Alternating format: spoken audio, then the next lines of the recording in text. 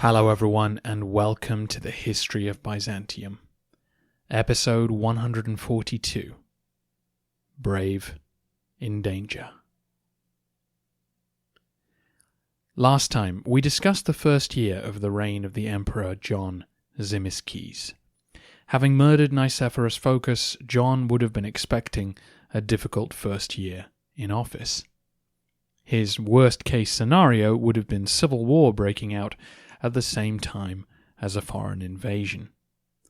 Not only did he get exactly that, but by the end of the year he was looking at war in East and West simultaneously. Let's dive right into the fray.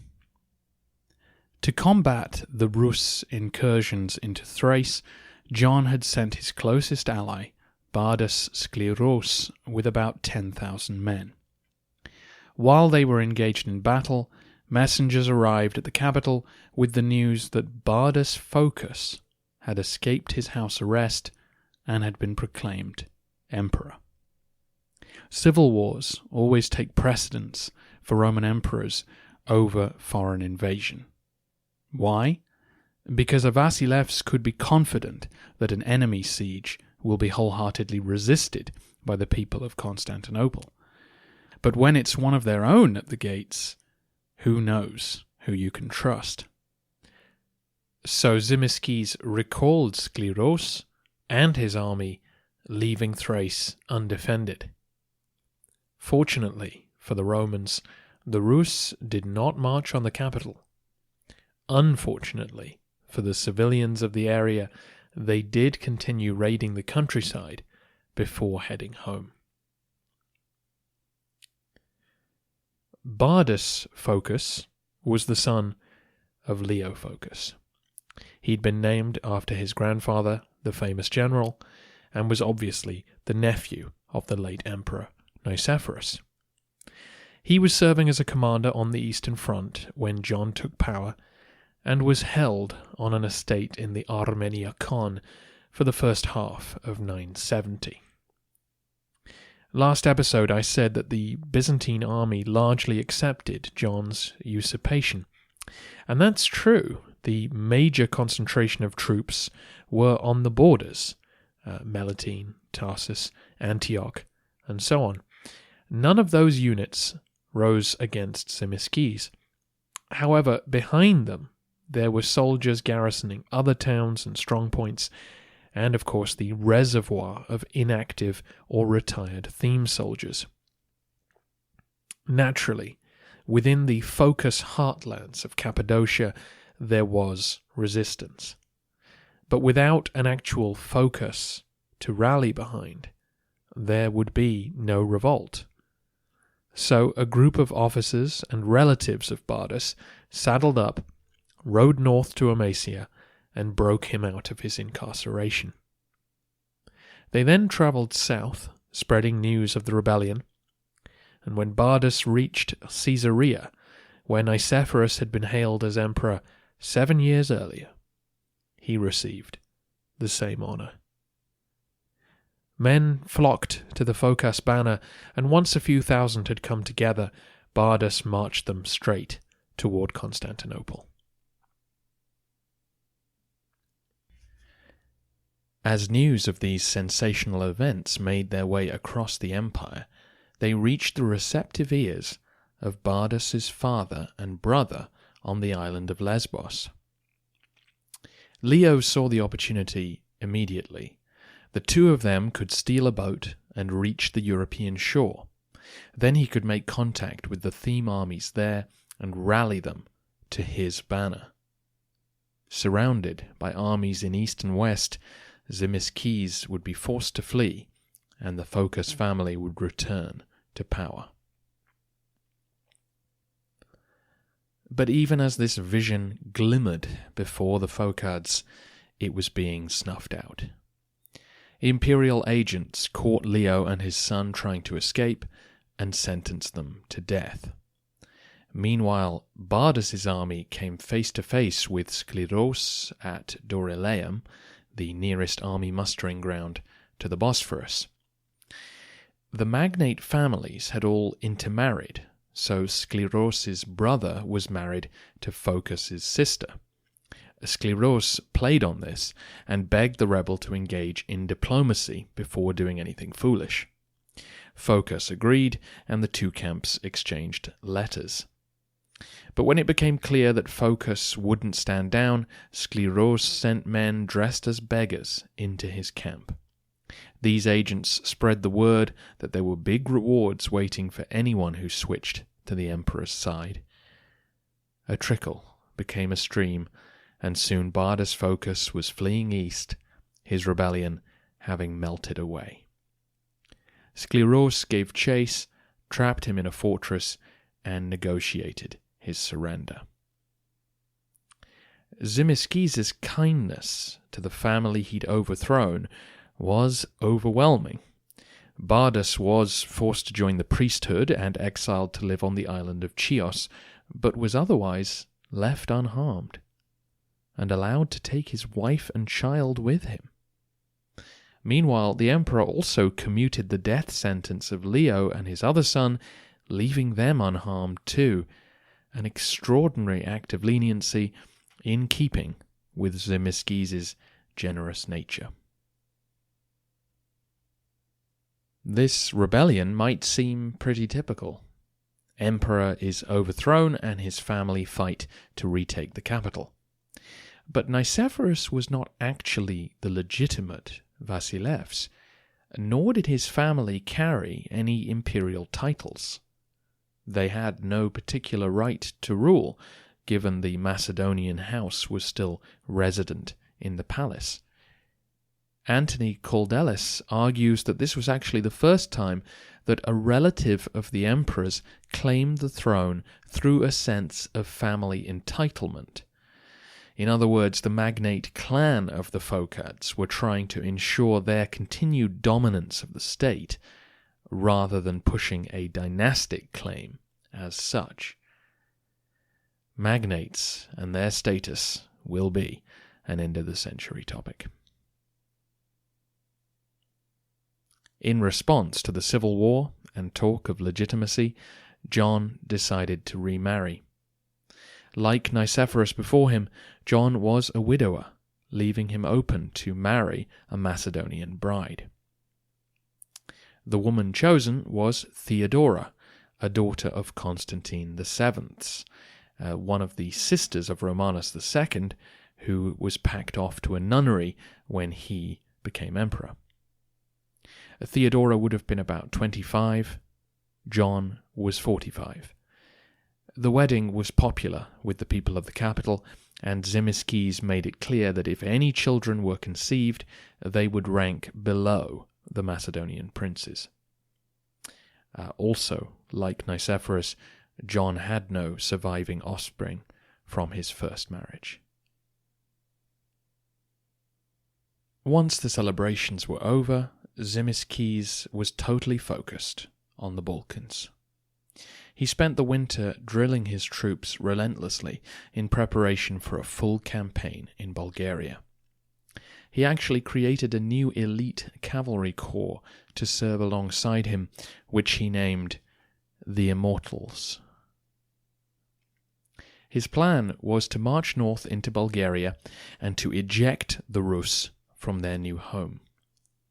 As we talked about last episode, this was the overriding priority of Byzantine foreign policy. They could not allow a rival naval power to set up shop on the shores of the Black Sea. I know that there's a lot of information to absorb when listening to the history of Byzantium, and with so many names and dates it can become a blur. It's worth taking a pause now and again to put yourself in the shoes of someone living at the time. For the average citizen of Constantinople in 970 AD, the Rus were a far bigger threat than the Arabs. Yes, of course everyone knew about the Arabs and Islam. Arab prisoners were visible in Constantinople, and they were the ancestral enemy by this time. and victories over them were cheered wildly in the streets. But the last time that Saracen forces had menaced the capital, at least psychologically, was 838, the sack of Amorium. The idea of the Arabs threatening your safety wasn't even something your grandparents would have talked about anymore. Whereas the Rus, well, they sacked the suburbs in 860, in 907, and in 941. Now that was within living memory. They had landed troops in Bithynia and torn the place to pieces. People you knew, friends, acquaintances, had suffered, or at least been terrified, by that. As Tzimiskes and his cavalry raced around their training grounds that winter, the pressure mounted on them to drive away this looming menace. Extra pressure was hardly what John needed, given his own rule remained precarious. And, of course, campaigning in the Balkans had been a nightmare for most Roman emperors for the past 3 centuries. Think about that for a moment. The Bulgars arrived in the 670s. It's been 300 years, and the Byzantines have been incapable of shifting them. Even when Nicephorus I sacked their capital, they managed to ambush and massacre his army. Since the Battle of Pliska, a century and a half ago, Roman policy has tended toward accepting the Bulgarians as permanent neighbors. The Rus were in some ways more powerful, and they'd just taken over that country in one campaign. The Romans may have swept all before them in the east, but that did not simply transfer to the Balkans. The Taurus Mountains had been thoroughly scouted and populated with allies before the Byzantines could make any headway through them. Nothing like that existed in Bulgaria. There was every chance that Tzimiskes would be trapped in a defile and trampled to death, as had happened to so many of the followers of Seyf ad-Dawla. Nevertheless, Tzimiskes had called up a large army and was preparing to set off when the final straw arrived. Just before Easter 971, messengers came to the palace to announce that Antioch was under siege by forces of the Fatimid Caliph of Egypt. There is so much to get through today that we don't even have time to address what was going on in the East or what John did about it. But just bear in mind that as he contemplated the extremely dangerous campaign he was embarking on, he also had to deal with an Eastern attack. This was about the most precarious scenario an emperor could face. John was leaving the capital, possibly for months, in itself an invitation to be overthrown. He was marching into a war zone that had destroyed many of his predecessors, and now the eastern conquests that had built his reputation were under threat. The pressure was truly on. The biggest hurdle facing John's campaign were the Haemus Mountains themselves. Few Romans had crossed them in the past 3 centuries. They knew the dangers that lay in bringing a full army through. Numerical superiority is cancelled out by the narrow paths, and panic can destroy the most competent of units. But Tzimiskes knew something. He marched his army north and ordered them to cross immediately.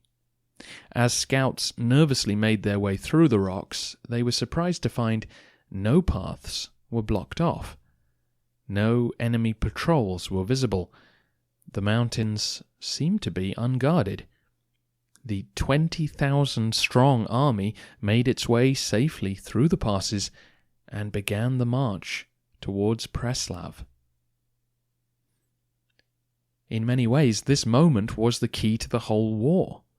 Why on earth had Sviatoslav left the mountains without proper garrisons?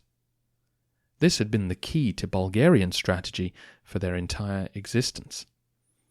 It can't be that the Rus prince was ignorant of this. he had many Bulgarians serving under him. According to our main Byzantine source, the Rus did not think the Romans would invade during Easter, that the emperor would be too preoccupied with services in Constantinople to engage in war during it, which sounds pretty flimsy. Another possibility is that there was a Bulgarian uprising which needed to be dealt with. This would be a very logical reason for the Rus to mass their forces elsewhere, but there is no evidence to point to that. It's also been suggested that Tzimiskes actually agreed to a truce the previous year when the Phokas rebellion broke out. If true, that could explain the absence of defences, though it would still be foolish of Sviatoslav to take their word for it. But this idea does seem to have support from John's decision to go straight for the central passes that led toward the Bulgarian capital. If he'd thought the passes would be guarded, then surely he would have stuck to the coast road. And the fact that the truce isn't mentioned in Byzantine histories could be because truce-breaking was a dishonourable move. Whatever the truth, John was known for bold, swift attacks on the enemy, and that's exactly what he did now. He left the infantry, siege engines, and camp followers with Basil le Capinos and told them to advance slowly north. The emperor took the cavalry and sped forwards to catch the enemy unaware. As his cavalry appeared outside Preslav, a blast of trumpets warned the Rus that they were under attack. They came running and gave battle in the fields outside the city, which was a foolish choice. The Byzantine cavalry included the cream of the armies who'd just ravaged Syria. They were skilled and disciplined, and given room to maneuver, they overwhelmed the combined Rus-Bulgar force. Hundreds were left dead on the grass as the rest fled for the safety of the city. A day or so later, Basil arrived with the rest of the army. They surrounded the city and assaulted it. The walls were easily breached, and civilians and soldiers fled. However, the central units of the Rus army retreated to the imperial palace and blockaded the doors. Showing fierce resistance, Tzimiskes decided to set fire to the building to speed up their surrender. Preslav had replaced Pliska as the Bulgarian capital about 80 years earlier, designed to give the Tsars a new Christian home to stand proudly in the face of Constantinople. The chaos of the Rus takeover had left it vulnerable, and the Romans had taken it with ease. John would soon rename the city after himself to mark this unexpectedly swift triumph.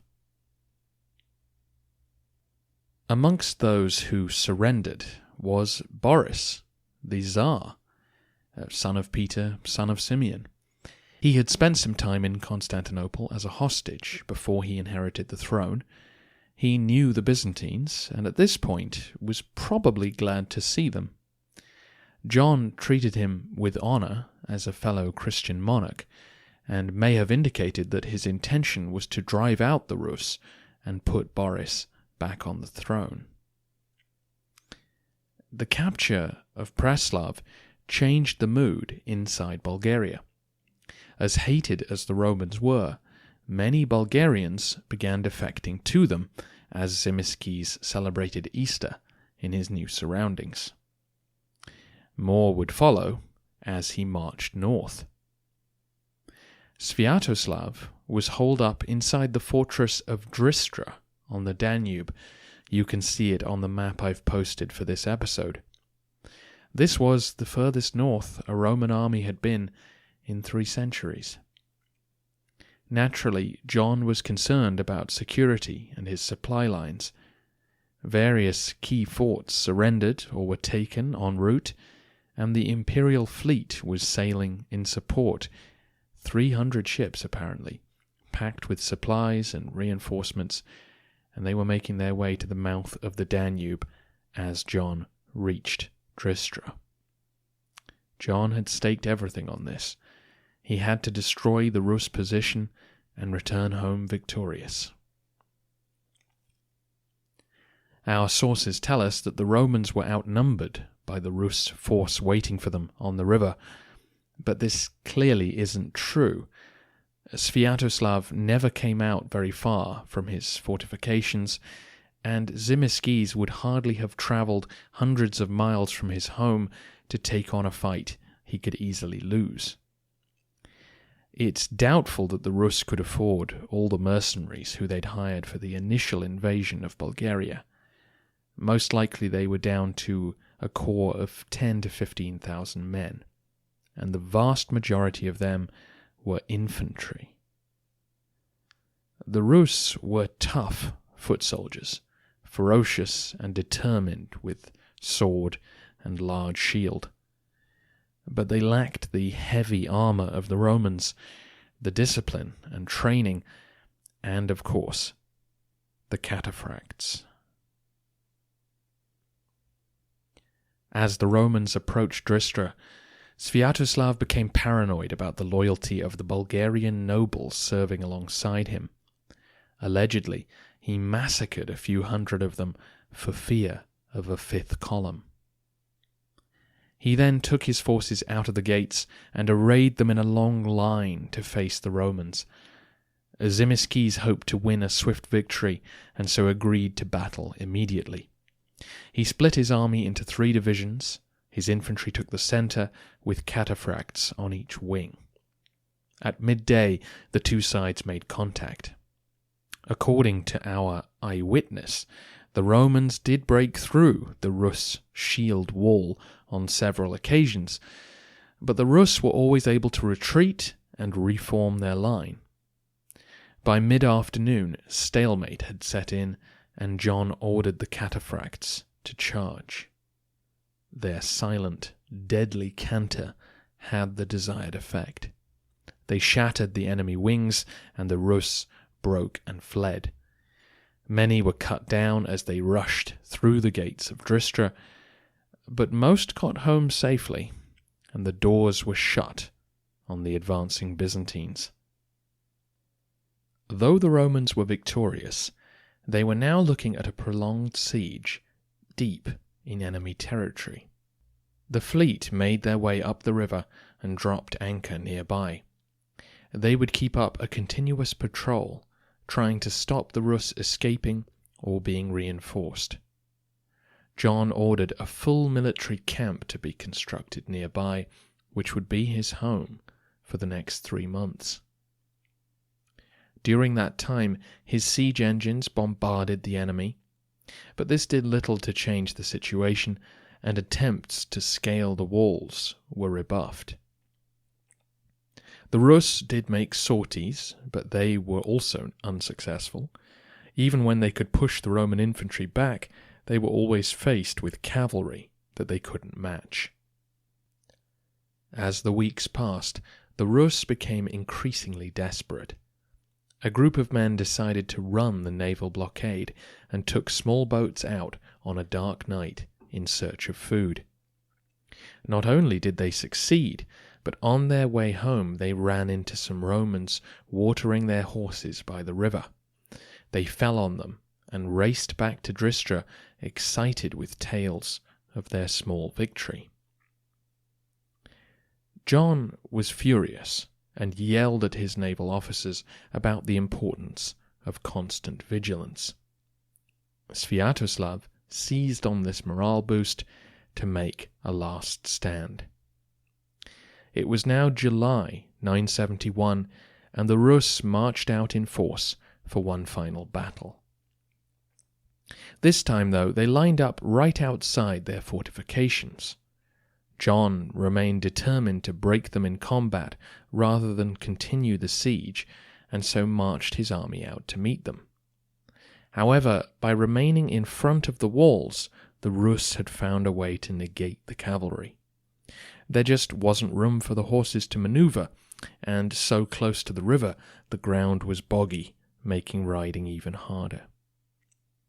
What followed was a tactical victory for the Rus. They lined up their infantry in tight formation, almost a phalanx, and made it as hard as possible for the Romans to close in on them. Suffering casualties and recognizing the situation for what it was, Tzimiskes gave the order for his men to slowly withdraw, drawing the Rus out onto the wider plain. Naturally, the Roman infantry began to take nasty wounds as they retreated, and the Northmen could not turn down this opportunity. The Rus surged forward, driving the enemy in front of them. This was the moment of truth. In the hot summer sun, the heavily armoured Byzantines were suffering. John had orderlies carrying water up and down the line, but a tactical withdrawal can quickly become a rout. And as his men began to waver, Tzimiskes joined the fray himself. The Immortals had been held in reserve for a moment just like this. And John, always brave in danger, charged the Rus wing, broke through, and sent them fleeing back to safety. To cap the victory, Bardas Skleros, who was leading another cavalry wing, sped on ahead and hit the retreating Rus in the flanks. The rout became a massacre. Thousands now lay dead, and Sviatoslav duly sued for peace. John was in a typically accommodating mood. He knew that the Rus remained both a threat and a valuable ally on the steppes. So he offered to allow them safe passage home, with grain rations, and the restoration of the previous trade treaty. All they had to do was promise not to menace Bulgaria or Cherson ever again, and to hand over all the booty, prisoners, and fortresses they had taken. Sviatoslav agreed, and asked to meet John in person. Tzimiskes sat on his horse in full armour, while the Rus prince arrived in a rowing boat. Our eyewitness tells us that Sviatoslav had a moustache and was otherwise shaved bald except for one long lock of hair that hung down from the side of his head. He wore all white and a gold earring, and chatted to John through an interpreter for a short while before leaving.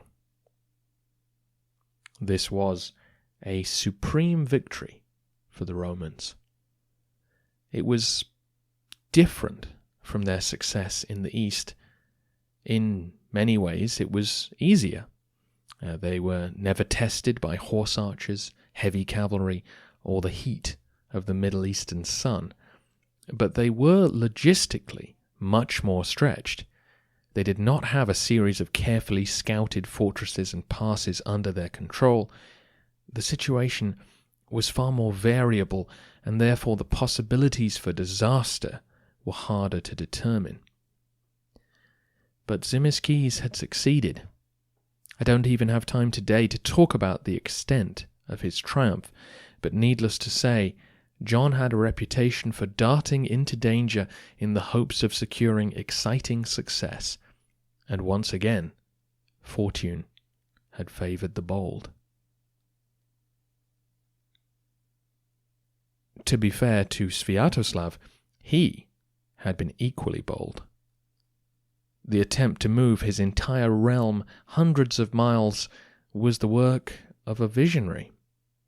He was willing to sacrifice almost everything for the sake of escaping the Dnieper rapids, those cataracts that forced him to move through Pecheneg territory every summer. In a rare moment for the history of Byzantium, the Rus prince provides us with a perfect TV drama conclusion. For on his way home, he was forced to negotiate those very rapids, and as he did, the remnants of his army were surrounded by a tribe of Pechenegs.